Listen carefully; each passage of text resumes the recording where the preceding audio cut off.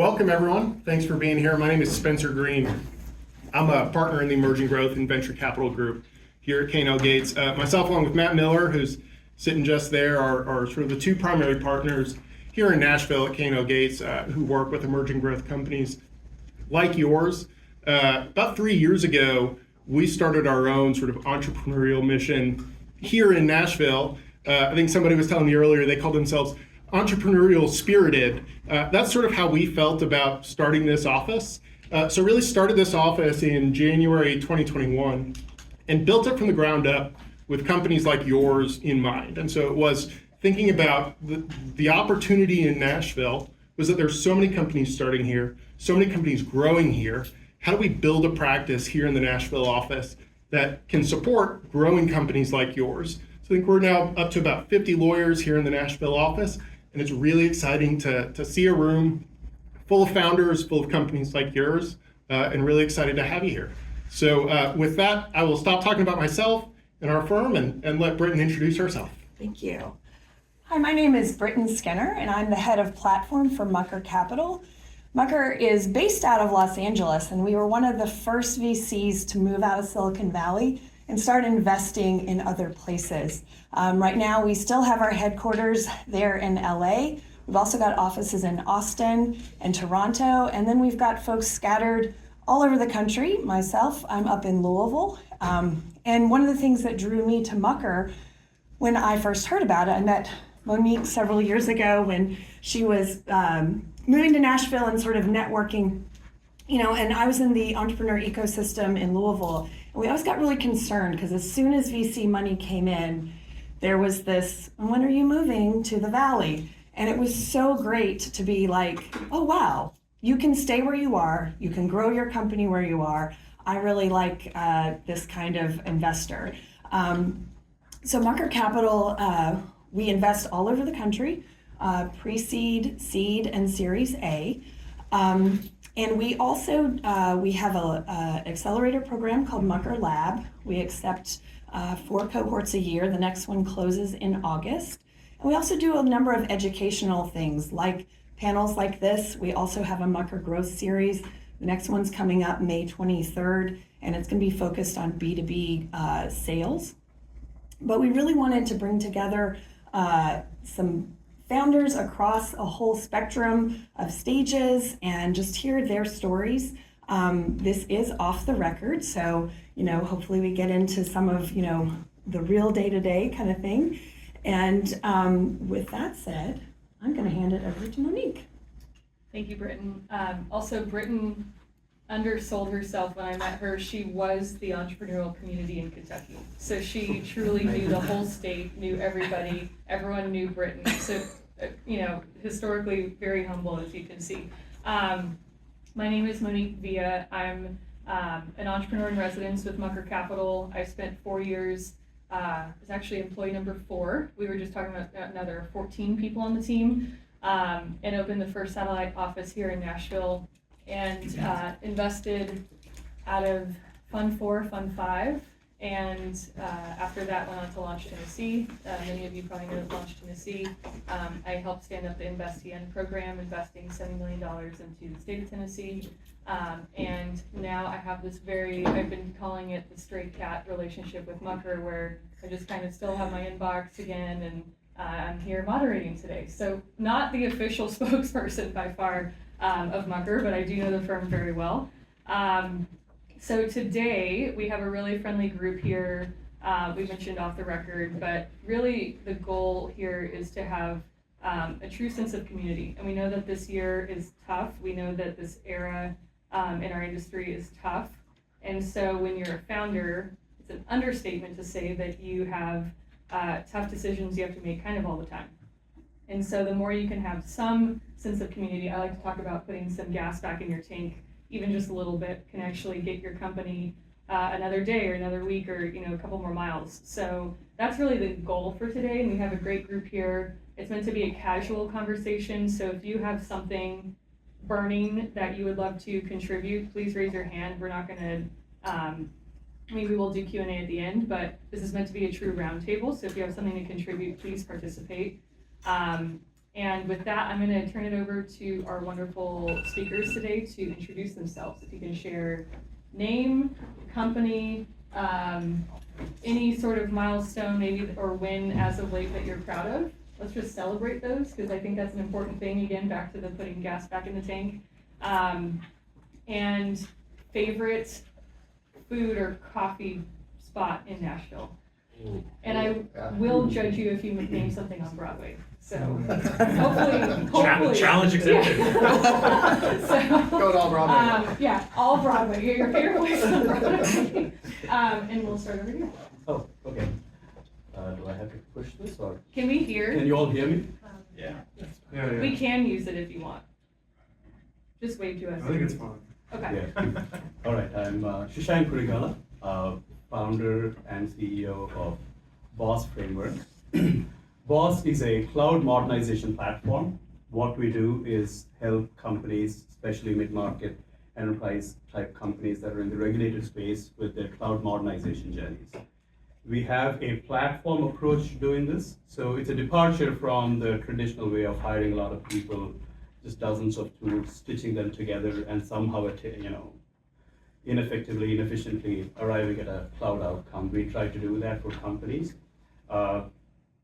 Milestone-wise, I think the biggest thing that I'm personally proud of is a couple of years back, we became profitable. We took a decision not to raise any more money since, and we rejected a lot of pleas from investors to put money into our company. We get that all the time, and we say, let's not do that because we want to optimize for our customers and more importantly for our employees.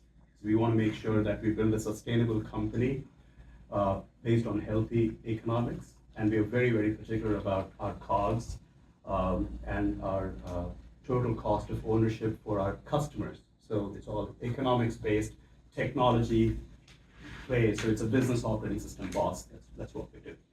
And favorite food or coffee spot? Del Frisco's. That's my second second office actually. That's where, yeah, Del Frisco's in Brentwood, and that's where probably you'll find me half the time. Go to Del Frisco's. All right, next. Let's see, do I need this? My name is Travis, and I'm the co-founder of Soundstripe. We are a music licensing company that we create and source music to everyone from the most beginner YouTuber and influencer all the way to the Fortune 500. And we've been around since 2016, started here in Music City. And if we started at the very early onset of everyone creating content online, and we got super, super lucky to ride that wave because the music industry was not thinking at all about the creator economy. And even people that are creating cat videos on YouTube need to license music somehow.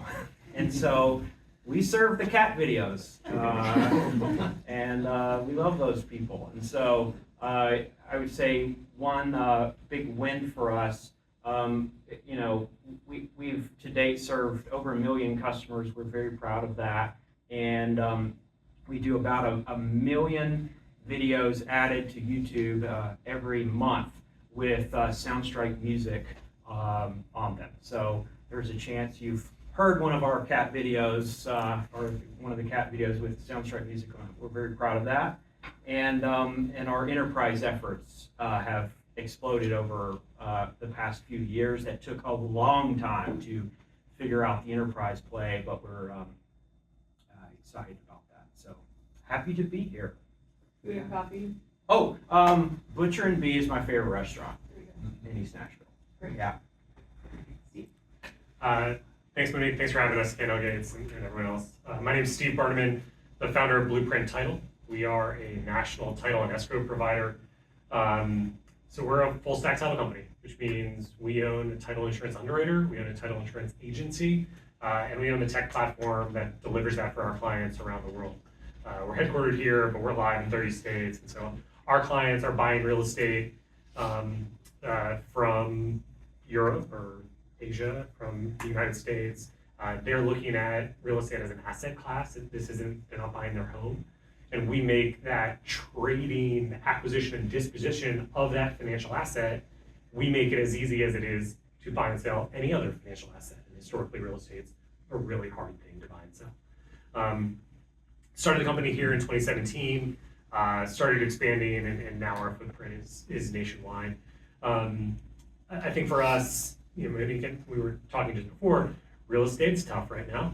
And I don't historically come from real estate, but we've had to sort of figure out, well, what do we do when our clients, and we're a deep part of their operations, they're only transacting at 10, 20% of where they hope to be. So what can we do to make their lives better?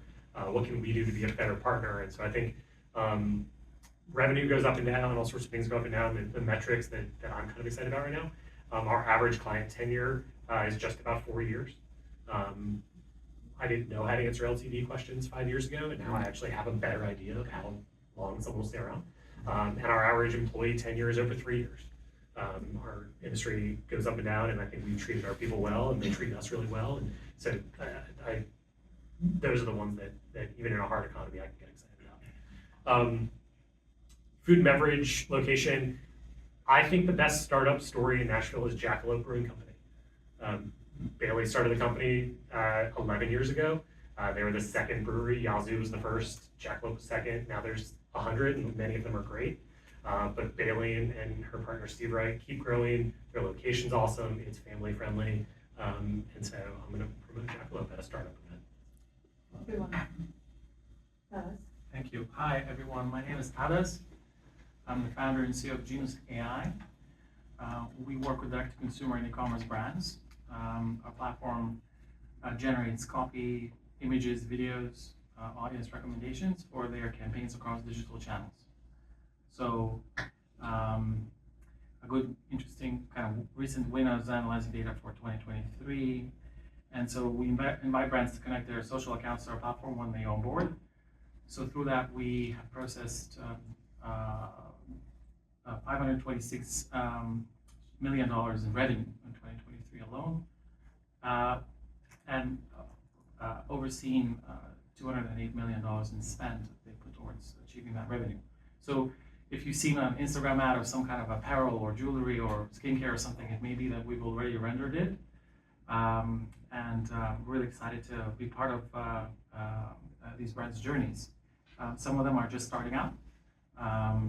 Some of them, you see a Super Bowl ad, like this Farmer's Dog, for example, and I remember them being a pretty early stage company trying to figure out their direct-to-consumer journey. So very rewarding and exciting experience. I have to share a little bit about how that works. We are ourselves an AI B2B SaaS company, so we operate a SaaS business model, selling to these e-commerce merchants. So any kind of questions regarding how that dynamic works, happy to share today. And I'm still new to Nashville. I moved from the Bay Area a year and a half ago. Still exploring lots of fantastic restaurants everywhere here. But the coffee place that you can see me quite often is Highbrow Cafe in West Haven, Franklin. So I live not too far from there. Stephen, bring it home. Hey everybody, Stephen Glicken, CEO and co-founder of Project Admission. We are a solutions platform that sits and integrates into the entire live event ecosystem. We integrate directly with primary ticketing companies like Ticketmaster, Access, SeatGeek, and then we take that inventory and we're able to create a better, more customizable commercial experience across the life cycle of the ticket, from distributed commerce tools to help generate demand, to back office efficiency tools, to season ticket management, to in-venue activation. We are working across 60 professional sports teams right now across all the major leagues. I was telling Monique earlier that we've been around for over 5 years, and I look at this as kind of year one as the business, given that we've now integrated across every major platform, and I've now created a single user experience regardless of the venue's ticketing. So when you think about music and you think about the disconnected third parties that go into these venues, I'm the only one in the world in that place right now. It's pretty exciting. So talking about like a place to be. So we're in a really amazing foundational kind of jump off right now in the business, which is super exciting. Food. So I always hold up Rolf and Daughters, but I haven't been there in so long. I feel like I've gone to Henrietta Red a lot more lately, so maybe I'll hold them up. Coffee's my house. COVID turned me into a full-blown barista, so I've got a pretty legit setup. Well, great. Well, we're gonna dive right in, and I'm gonna go rogue. So I apologize to Mucker for going rogue. There's really well. I saw nothing. Here. Yeah, I was like, I'm so sorry. So the first question is really talking about how have you made decisions differently in the past year with things changing in the economy, et cetera. But I also want to acknowledge just the fact that you being here is such a testament to the fact that you care about the community. So obviously this is an expensive decision anytime you say yes to something that's not like in the weeds of your business. You came here, there's founders here. What you're saying is really impactful to, again, like putting things in their head when they're up against tough things. So I would love to actually start with, what is your kind of sanity hack? Like, how do you keep yourself kind of ready to be making these types of decisions? And then with the tee up to, and in the past year, maybe have had to make some different decisions. But how do you kind of have that conversation with yourself or even with your co-founders about just staying resilient and, again, like managing your energy and time? Like any hacks or things just for sanity's sake? I might have a couple. Sauna, as much as humanly possible, cold plunge. But I think the real one is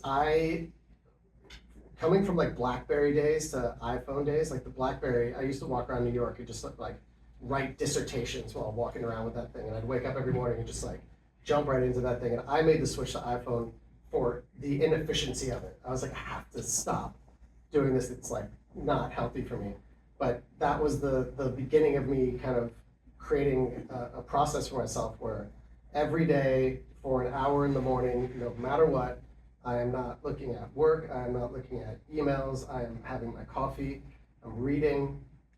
I have 3 little kids, so whatever I can do before the chaos begins, but I find that to be like foundational for me dealing with whatever is gonna happen, because the second you look at your phone, there's gonna be things, and I like kind of get myself to a place of relative stability in the morning before I dive in. And if it's really important, I will know. Someone's gonna call me, someone's just gonna text me, like it's gonna pop through the noise, but I'd say 99.9% of the time. And I repeat that kind of everywhere I go. I also travel a lot. So speaking of the coffee and food thing, I also have like a very regimented coffee routine that I do. It's like my anchor, given my like chaos of my life. I do the same things everywhere I go, depending relative to time zone or whatever, and it keeps me kind of in a pretty like anchored place. Plus also don't sweat the small things, and they're all small things. Did everyone get that? It feels very important. Okay. That Like last focus, bit? yeah, don't sweat the small things, focus, right? Like making sure that you have some sense of, all right, I'm not gonna work in this hour so that I can work. And also, what was the second thing? You had a really good one. The ritual? I mean, Yeah, the ritual, so Yeah. consistency. Okay. Anyone else want to contribute before we go into the real question? I just had to ask that question. I can go. I'd say I protect the first 1.5 hours and the last 30 minutes of my day. That's my time, and I don't touch my phone. I have to wake up before everyone else does. 3:45 to 4 a.m. kind of a guy. And when I wake up at that.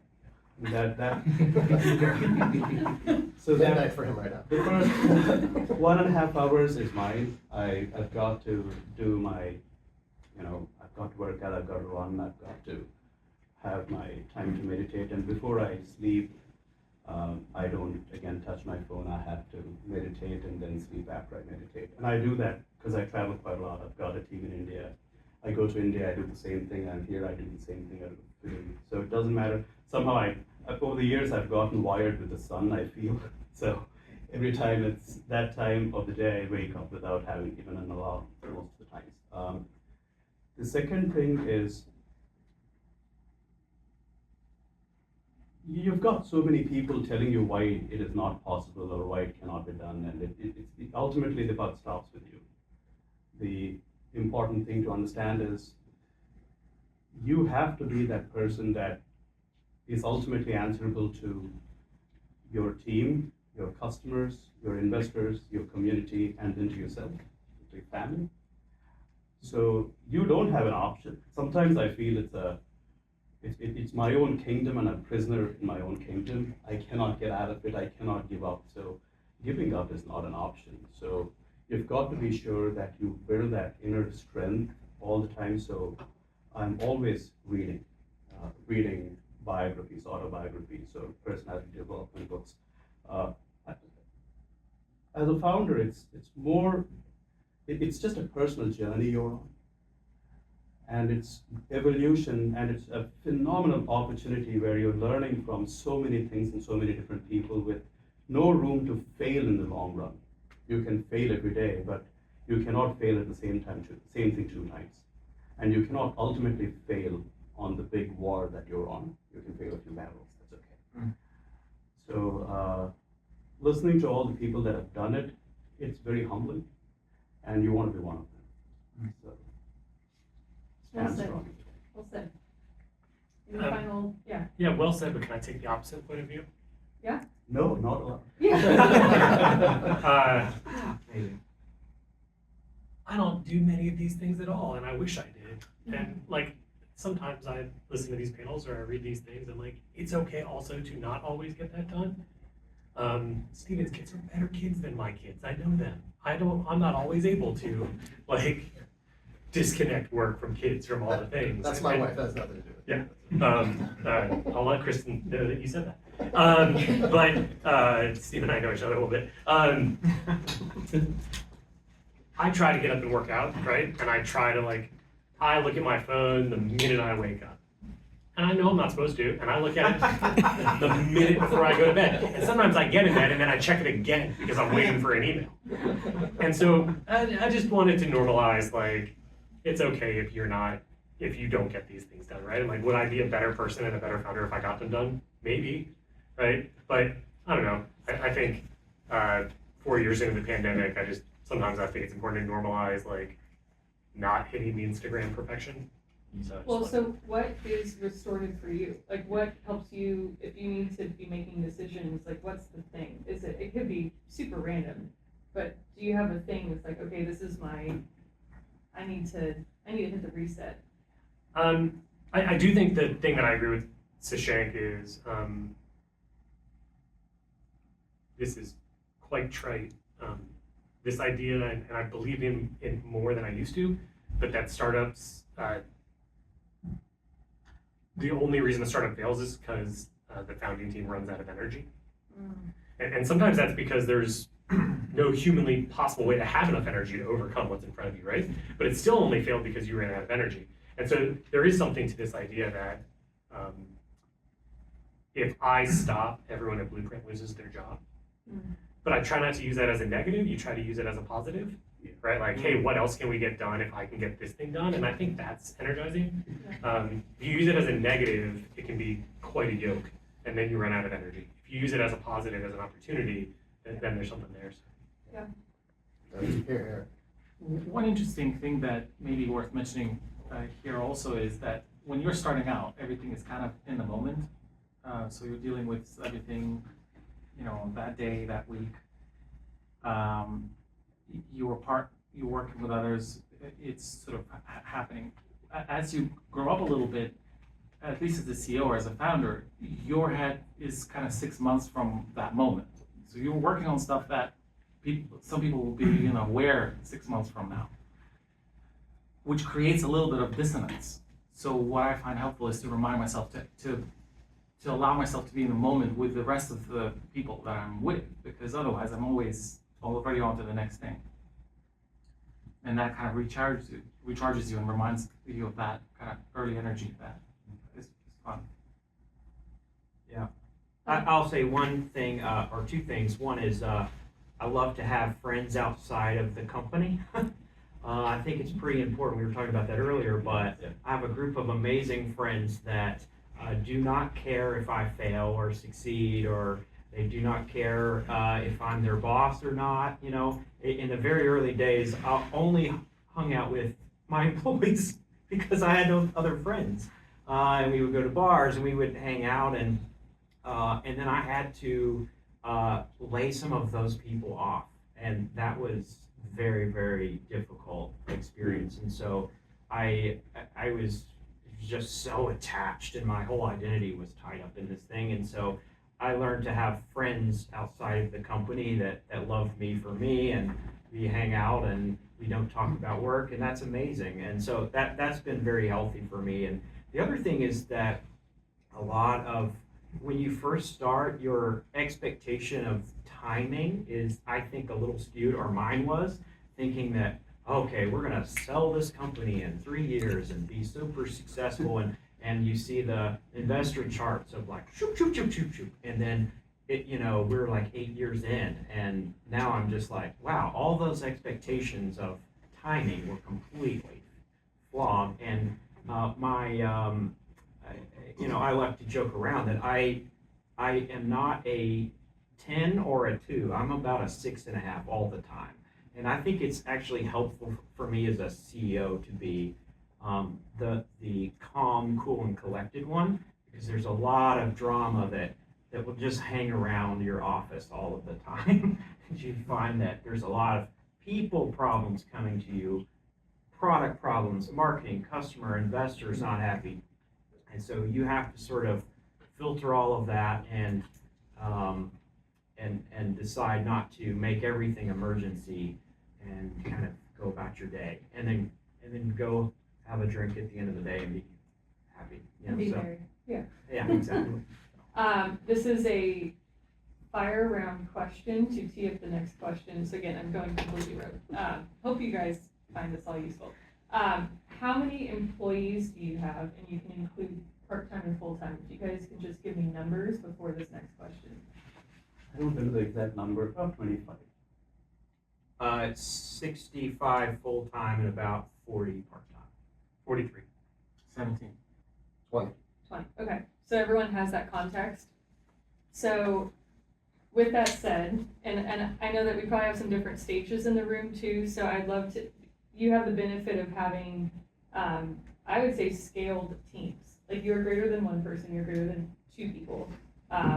We know what that looks like. So as of today, in this exact moment in time, of all the departments and all the different functions, what is the thing, what's the aha that you've had? And you can pick your category, if it's product, sales, HR, C-suite. Like, if you were to pick something where you had an aha moment in the context of this economy, like, what is that thing that you have recently uncovered or maybe obsess about? Like, customer success could be one. And I'll give an example, talking to a really senior customer success person who said, it's really frustrating for customer success when salespeople are not qualifying the customers well enough, because then they land in customer success land and there's no way to really keep them happy because they weren't the right customer to begin with. And so trying to get sales, product, and customer success to all actually play together and talk to one another, that was like the aha that was shared with me. So I'll open it up if anyone wants to share something. I have an external aha. So to build this business has been really difficult, because I built what my aim has been is where I'm at now, but to get there took a significant amount of gatekeepers that I needed to get through and kind of wedge my way in. And I've had to raise a bunch of money while building what on paper looks like this kind of single opportunity to get to this place where I've got this aggregated opportunity. And it is very, very fun to be at a place now where all these people that I've been talking to for years, and we're about to go raise some money, and there's a lot of people that have been around for 4 years in conversation. When I say, because I've had to be also obfuscated about this place because of the gatekeepers and the way to get through it, I had to be very strategic about getting to this place. And now that I'm at that place, it allows me to have all of them go, aha, You have an external aha. I have an external aha. Yeah. I couldn't think of an internal one, but that one is very apparent to me. I'm reading it right now. Does that feel good? Feels very good. Yeah. Very validating. You're like, watch this trick, and Yeah. then 5 years later you pull it out of That's that. that's what I'm actually doing. Yeah. Some messaging, or getting people to cooperate, customer-wise, or partnership-wise. Did you have a thing that Well, started it opens an entirely new category of people. Like it's people that I've been wanting to talk to and engage with, but that I couldn't because I didn't have the opportunity in place. So I don't know. I think the messaging is back to what, everybody, I feel exactly the same way. It's like, don't give up. It's like relentless. Like it's only, I like that, like only if you like run out of energy, like you just keep on going. And I've had to navigate through trying to launch this thing in March of 2020, a live events business. People telling me become a live streaming business, like all the things, and just stay focused and just keep on plowing through. So yeah, I think that don't give up is like, I say it all the time, it's like the foundational. Yeah, I think there's an element of, in particular in what's happened in the last 2 years, that product market fit is not a static thing. I think as you go from year one, you think, wait till I get to product market fit, and then you're supposed to have it, right? And then suddenly, right, the whole market shifts, and now you've got to find the new product. And sometimes that's tech, and sometimes that's operations, and sometimes that's the business model. And so I think for us,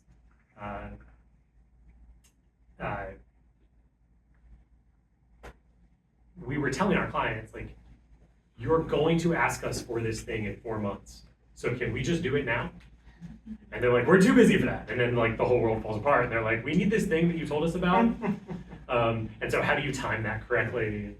There's been a lot of aha on that. I wanted to layer on top of that. That's exactly right. You think that you have product market fit, and before you know it, you have to do a market segment pivot, because you've got to go a slightly different route, because something in macro dynamics are so different, and so the market is so volatile. And initially it was early stage startups for us, and then we said growth stage startups, then we said dev shops. All of those are good fits at some point. At that point in time, that was the best thing, and now it's an enterprise, and then it's mid-market company, and then suddenly, because there is the capital markets run dry, everybody wants to do more for less. That's 2 years back, everybody had so much money it was impossible to hire, and now I have more number of inventory for just people to hire than I ever did. So it's just how do you respond and always stay relevant. That's been multiple ahas, and probably just the understanding that you're ultimately dealing with a very dynamic animal, and there is never going to be a time where it's all going to be a smooth sail. It's always going to be ups and downs, and probably that's important. Any other? I think that it's a little bit of a cycle, isn't it? You build something, you go try selling it, and you have them, and then you have to keep them, because otherwise, if your revenue falls off, then something's not working. So at the different point, if you ask me the same question, some other different point, I'd say customer success. At this point in time, what I'm particularly excited about or interested in is being hyper efficient with growth. The standard B2B sales model would be, you have your,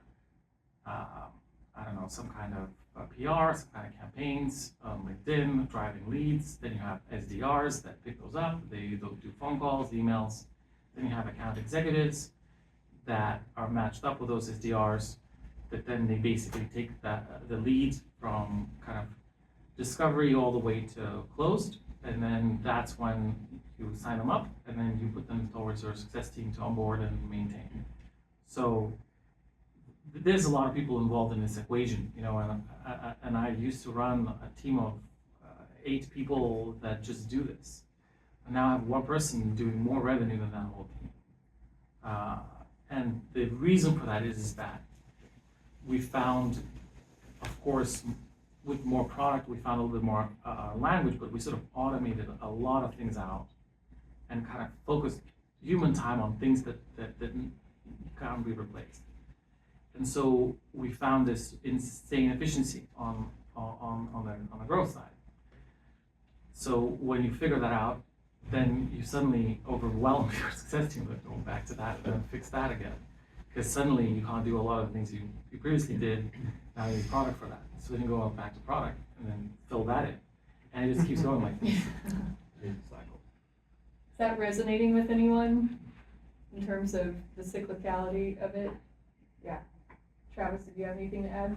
No, I just to speak to the cycle piece, we always had what we call the three pillars, which were on our business specifically were music, tech, and marketing. And so you would get, a lot of music and a lot of supply, but your marketing was off, or maybe the marketing was just really gunning away, but the product was like lacking all these features. And so you're constantly pulling these levers, and over time you become more of a capital allocator in a way. You're like, okay, well, should I take my budget and put $200,000 over here in the marketing of that thing, or should I plug the hole with another developer over here, or should I invest in more music, or whatever that is, for your business? Because at the end of the day, you want all these functions to be operating smoothly, but that's really never always the case. But you want to be. What I've learned over time is that as the CEO, even the CEO office is a function in itself. And my investors taught me that in itself. Like I used to be, I'm good at this thing, and I'm just founder, like I'm just doing things. But all the time, over time, you want to treat it like the office of a CEO, which handles the functions of the board and the functions of investor relations, and you could go down the way with marketing and customer success and product the same way. The other day we were hiring a VP of marketing, and one of my board members, because I was saying, we need a VP of marketing that's really great at customer acquisition and X and Y. He was like, no, Travis, you need a VP of marketing that can build the function of marketing that's good at all of it. You need to be good at PR, you need to be good at growth, and you need to be good at retention. And it just takes a long time to kind of build that function and that muscle out. Because in the beginning, you're just doing the best you can, and you just hire somebody that's hyper fixed on one function within a department. So building out that muscle takes some time. I'm going to ask one more question, and we're going to open it up. But I hope you all are enjoying. What is something that you've had to fire yourself from? And I know it's probably a bunch of things, but what is the thing that was hardest for you to fire yourself from? What was the hardest one to give up? But you hopefully did give it up. For me, definitely the product and technology. I did a PhD in this space and in machine learning. I just could not stop myself from getting involved. But luckily, I'm now recovering. Fully not. I'm not telling people how to solve the equation anymore. So we're good. We're good. Anyone else? Firefighting? That's a good one. I don't know, I've not done that very well, is what I think. I've fired myself and rehired myself multiple times at a lower pay. I'll pay myself less. Yes, but I'm gonna have to do that anyway, because it is, end of the day, as the CEO, ultimately, again, like I said earlier, the buck stops with you, and others have the luxury of saying, I cannot do this, I'm done. You don't, period. So at what point, certain times you do know that this is something that somebody else can handle, but you might cycle through that role 2 or 3 times before you find the right person. So at some point, there's that point in time when you don't have to worry about that anymore, but when does that aspiration come true? So you cannot really ever, I think, take your finger off the ball. You've got to be sure that it's functioning, and there's never going to be a time when it's fully done until you become a very large corporation, is what I think. Any other? Can I tell you what I'm struggling with? Yes. Is I'm in this space right now where the team is trying to kick me out of meetings, and they want and I'm really struggling with the idea of empowerment versus sort of the traditional hierarchical, like you said. Like at the end of the day, I have to, the board could fire me, so I have to answer, and I'm ultimately responsible for this company. So I really do. I am struggling between how to empower our team to like make decisions and go off and do that without me. Also, I want to know what you're doing Yeah. and be able to speak into it and Yeah. and say no if I don't think it's the right move. So I don't honestly have an answer for it. I'm kind of working through that. That's a great response. Yeah. Any other we're good? We're fired. Everyone's fired. Questions? Anything people have to ask this group? Again, we're so fortunate to have this group that, again, you heard just from employee count, but different industries, business models, alive and well in 2024. Something to celebrate. Yes. I know it's a silly question, but how do you decide to compensate yourself? How do you figure that out? How do you decide to compensate yourself? Well, how do you compensate yourself? Or how do you compensate yourself? Yeah. How do you figure that out? I speak for myself. I am a Series B company that has a board, right, of 5 individuals, and every a fiduciary board has to have a compensation committee. They have to have a audit committee and something else.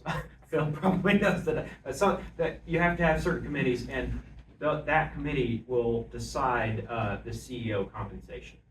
So that's how they decide mine. Now, that's basically me saying, hey, can I have this? And they say yes or no. So it's, in the early stages, it's pretty easy, honestly. It does get more complicated. We've gone through iterations of a mix between base and a bonus of some structure. So if you hit your revenue targets and your EBITDA targets, then you unlock some portion of bonus. Honestly, I like keeping it simple, honestly. I think it can get too complicated, and my board makes it a little too complicated for my life. But yeah.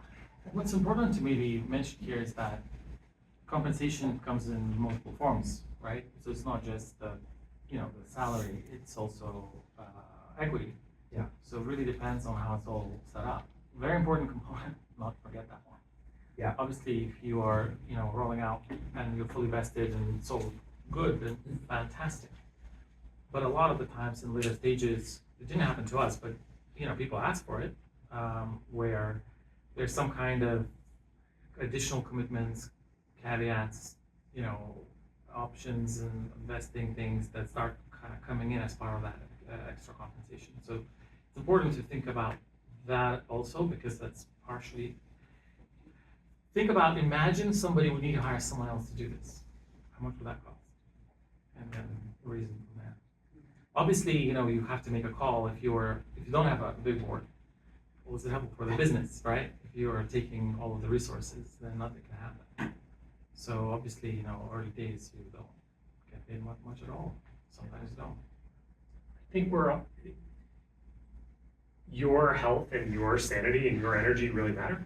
And if you're not compensated and can't live a life that you want to live, but that lets you do the job, then you're hampering the business, right? So you've got to make a salary. I think on the other side of that is, starting a startup is a terrible way to get rich, right? Like in particular, a venture-backed startup is a really bad way to get rich. That's not the only reason to do it. Right? Like if you want to grow a company and you want to do, and like Tadas, what you're doing, you're taking your PhD and you're building, right? Like that's not just about getting rich. Like you could make more money working elsewhere and your lifetime expected value would be much higher, but you take a lower pay to do what you're doing. And so I think that's hard to value. And so you've got to find paying yourself as a CEO, I think for the first, I don't know, however many years, is about what's your floor and you pay yourself that. Yeah. But don't make it too low, right? Like it's a genuine, realistic. I'm not saying $1. I'm saying what's your floor, and then do you feel good about your lottery ticket? And if you feel good about your lottery ticket, then you're in a good place. Or if you're learning something, because there's a cost to learning things also, right? So a lot of the things that you learn, there's nowhere you can go and learn it, honestly. Just there's no program or university program that exists to teach us this stuff. Yeah. So how much is that worth for you? You know, I think it's worth a lot. You know, being able to grapple with all the different components of what makes a business work. Quite an important thing to know, no matter what you'll do afterwards. Right? So there's that, one can price that in. And also delude oneself in many other ways. to do this crazy thing. That's a really good point, I think. The compensation of learning itself is so important. I think what Steve said about what's your floor is where you really start. I think that's an important question to answer. It's a stage relevance thing. What stage is your company at? If you're just starting, don't pay yourself like, I mean, you're not a CEO. You're trying to build something at that point, right? You have a title, but it means nothing. But I mean, what really is important is, are you able to build this company up? And you'll find that you'll have a lot of employees that are paid a lot more than you are going to be paid. 100%. Right? Yeah. And during the pandemic, I know, a lot of CEOs that took a pay cut. Some of them didn't take any money because you have some money in the savings account and then you just live. And then whether that ever comes back to you or not is questionable. So you've got to think through all of those scenarios. But at some point, there's going to be, the company is large enough, it's stable enough. Then you've got to think about, okay, if I fired myself at that point, what should my balance sheet hold for that CEO? And that's an important question to answer at that point. Because if you're then paying yourself too low, then your company simply doesn't have the money to replace you. So I think you've got to think about it in a stage relevant manner. In the beginning, you cannot be paying yourself too much. You've got to be responsible for the business. That's more important. Yeah, everything they said, all very good. And just for me personally, I paid myself less than, and I was able to because I knew what I think the floor is like right on. Like I knew what my floor was and I was able to kind of hold my floor, pay myself less than everybody else until we started to get to places that relative to size and stage and revenue, things could start lifting up. And then it evolves into the board conversation and then the compensation committee and then it changes at that point. Yeah. But yeah. Yes, we have another Great question in the back. When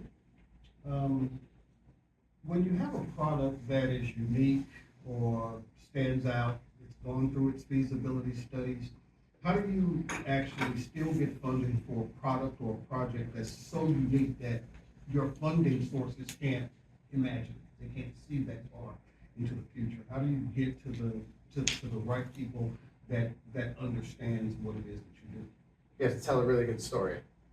So I mean, everything I feel like a big part of being a CEO is being a good storyteller, right? And you have to craft whatever that narrative is, filled with as much real data as you can possibly fill into it to get someone to see that this story that you're telling has some feasibility with an obvious bet that needs to be made in between that, because nobody can predict the future, but you need to fill it with real data points, but you have to be a really good storyteller.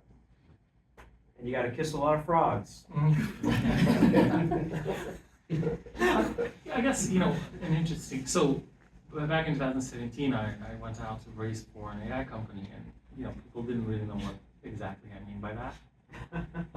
And so being an academic at that point, I felt that the best way to do this is just to explain to everyone what it is. So 45 minutes later, it's not helpful.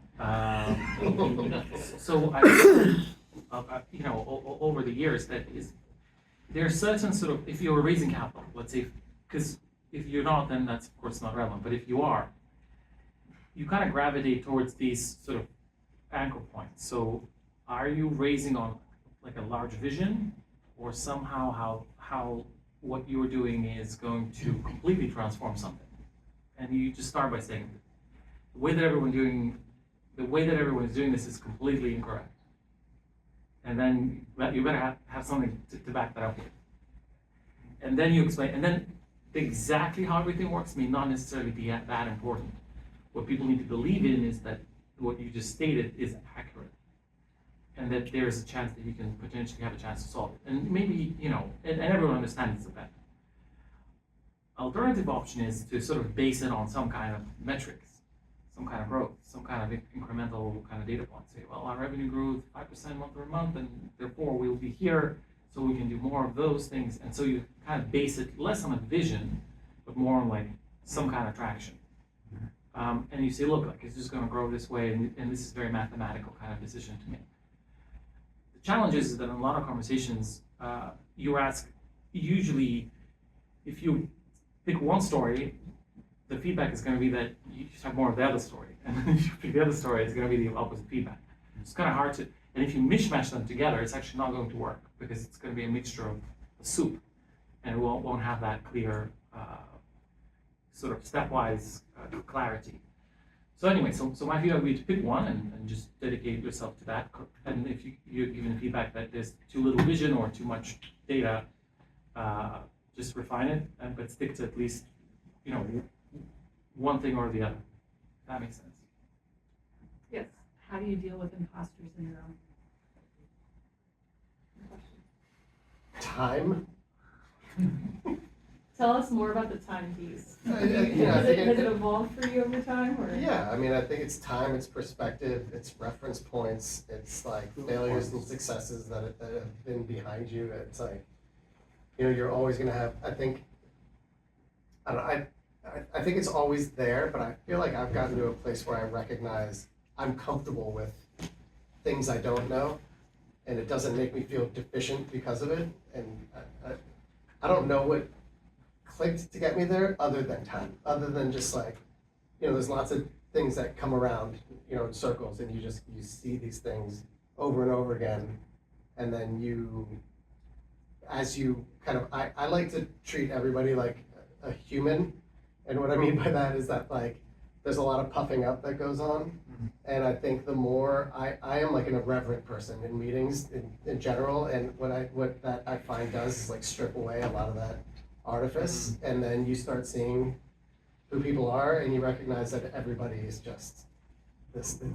You're not special, and I think that to me is like a helpful piece in like, you deserve to be in that seat. You're doing something that's enough to point to that.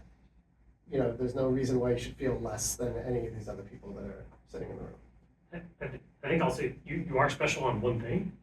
You're the best person to run your thing. If you're not the best person to run your thing, stop running that thing. But assuming you are the best person to run your thing, then hopefully that can be the end of the imposter syndrome. And I would tell you, like, in all respects, like in the greater world scheme, we're the exact same person. We have the same name, right? We're like roughly the same age. We have a ton of demographics that are the same. I could not run his business, and he could not run my business.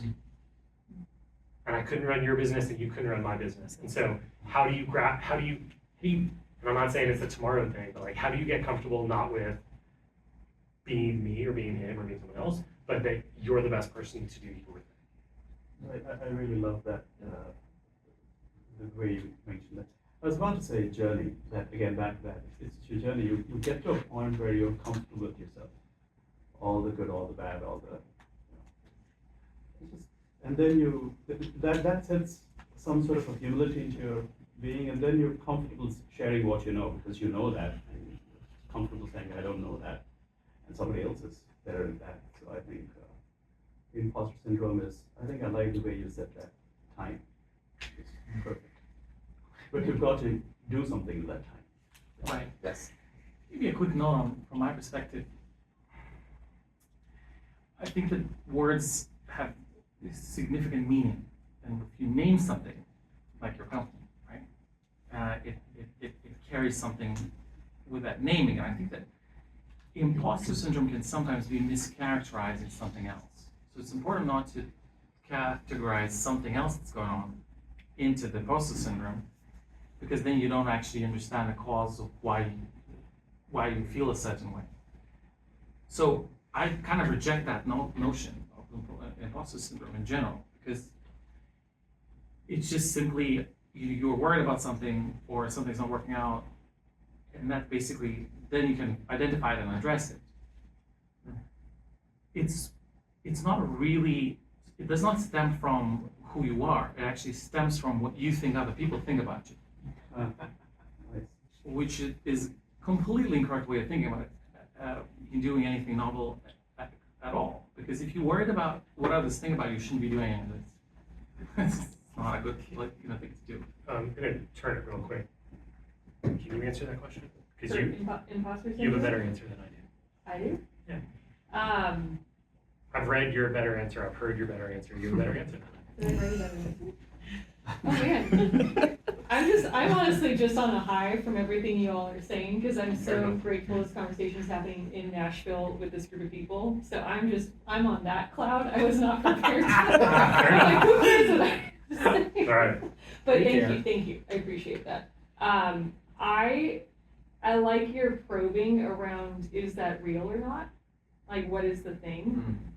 And I really like the probing on, if you don't believe you're the right person to do it, then you shouldn't be doing it. But are you underselling yourself in some capacity? And so I think that's why having feedback loops from other people is really helpful. I was gonna pivot briefly because we're supposed to wrap up in a minute, but, and also parking's a little pricey, so I don't want you guys to have to pay for another hour.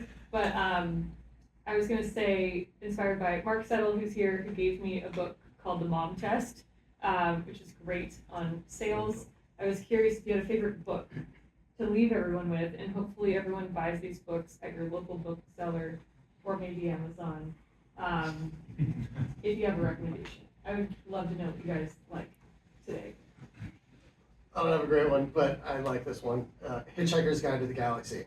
What's the answer to life, the universe, and everything? You gotta ask the right question. I pull a lot out of fiction, good fiction that I find is like basic human tropes that allow me to function. I'm not the one to answer on we were talking about this earlier, on the business books. I'll leave that to someone else.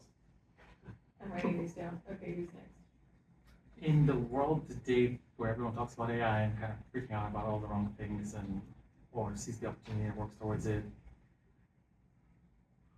I think a good book to check out is Life 3.0 by Max Tegmark.